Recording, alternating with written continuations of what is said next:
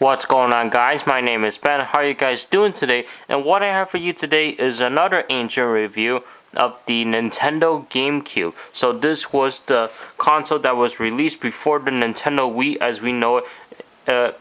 The day this video is being recorded, May 2nd, 2012. So the specs of this console right here, it has a 485 megahertz processor, and the processor creates 6 to 12 million polygons per second, so that way there isn't any slowdowns in the middle of the game, and it supports incredible effects, so that way the game will be brighter, faster, and the external bandwidth is 3.2 gigabytes per second for fast gameplay, and also includes a 64 sound channel, so that way you will feel like you're in the game and you'll have the top quality audio out there. The dimensions of this console is only 9.8 by 9.8 by 5.5 inches, and of course weighing at 6 pounds. And the release date for this was June 15, 2006. And currently this console is actually discontinued by Nintendo. Leaving the specs of the console behind, the design of the console itself looks really nice, and it's really small, and it's actually really portable, if you can tell. You have the power button right here, a reset button right here, as well as an open button to eject your game disc right here, and you can close it up. And notice that you have a little button right here in order to eject your game. So usually you would take the disc out by hand, but with this button you can just push it and then the game disc will pop out.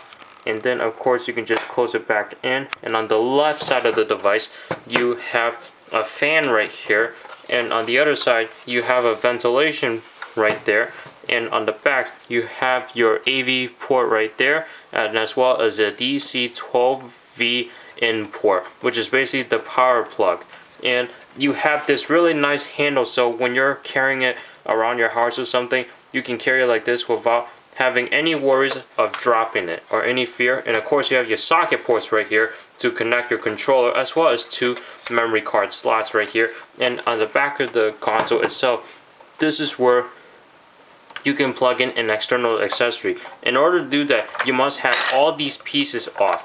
Now what this feature does is that you can basically take a Game Boy player and then plug it in here. I don't know what it's called exactly, but it's basically you can take a Game Boy Advance card and then pop it in, and then you can play it through your GameCube on your big screen TV.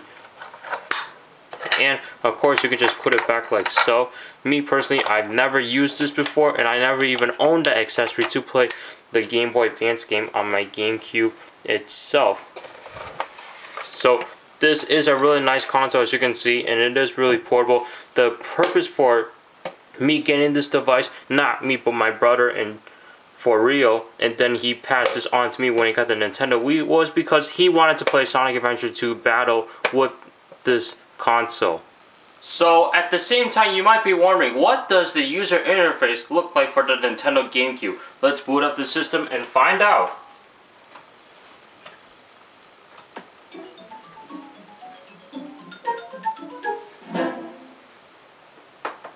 So currently there is no game in there, but if there was a game in there, then the game would load up right away. So without further ado, let's get on with the user interface right here. So as you can see, you basically have a cube effect right here.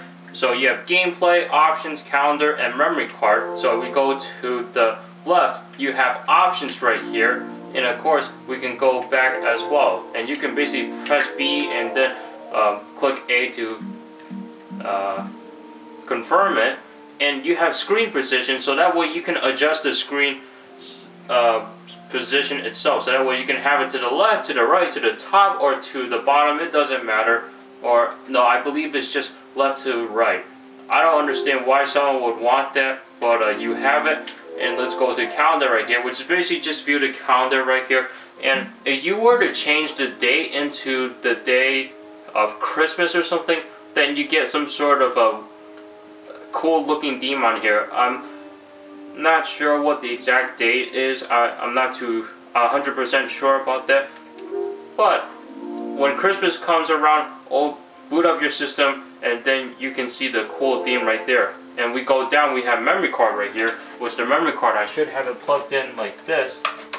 So it's plugged into slot A, and then we'll click on it, and you can basically view all your saved data that you have on your memory card right here. And as you can see, I got a large amount of games on there. Not large, but somewhat a lot, I guess, for the average person. Gems collection, creature, the Krusty Krab, I forgot the name of that. Basically SpongeBob. I don't play that much anymore.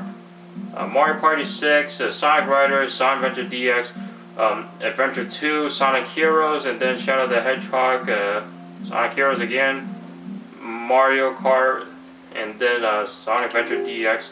And we go to the top right here. It says no disc. This is where you would start up your game. So for example, let me get a game right here. Now, the game disc for the Nintendo GameCube is really small, as you can see right here. I'm not 100% sure why Nintendo did that, but they did it, and it hasn't bothered me at all. But that's just something to keep in mind, I guess, if you guys are really OCD, which no one should be. So it's reading, and once the game is loaded, you can basically press start, and then your game will start up. And as you can see, I have the Simpsons Hit and Run running right here. Okay, and you can basically reset it to start over the game if you have to. And in some games, you can actually, let me see if I can get it in view right here. I believe that you can actually hold the start button and hold the Z button and hold the B button in order to reset the game by the controller itself. I believe that that's what the buttons are. I'm not 100% sure on that. I'll leave a description right here somewhere to verify if that's correct or not. And I can reset the game and then open up the tray to get back to my main menu right here. So as you can see, the user interface, it is very simple. It's basically the way Nintendo was back in the day with the Super Nintendo, Nintendo 64, and then we have the Nintendo GameCube, and of course the Nintendo DS before the DSi and the Nintendo 3DS that came out. Anyway guys, this is an ancient review of the Nintendo GameCube. If you guys don't have a Nintendo Wii or something, and you just have this, and you don't feel like you have to upgrade to the Nintendo Wii, maybe you want to, so that way you guys can keep gaming on. Or some of you guys might find that the games on the Nintendo Wii is pretty much useless and garbage, and you guys don't want to play those games, so you rather just stick back to your original games. And of course, yeah, you can basically just game on right there without a Nintendo Wii. This console is great. I only play with it once in a while if I want to go back to the old games.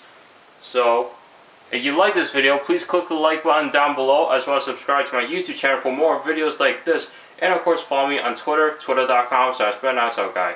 I will see you guys in the next video. You have a good day now.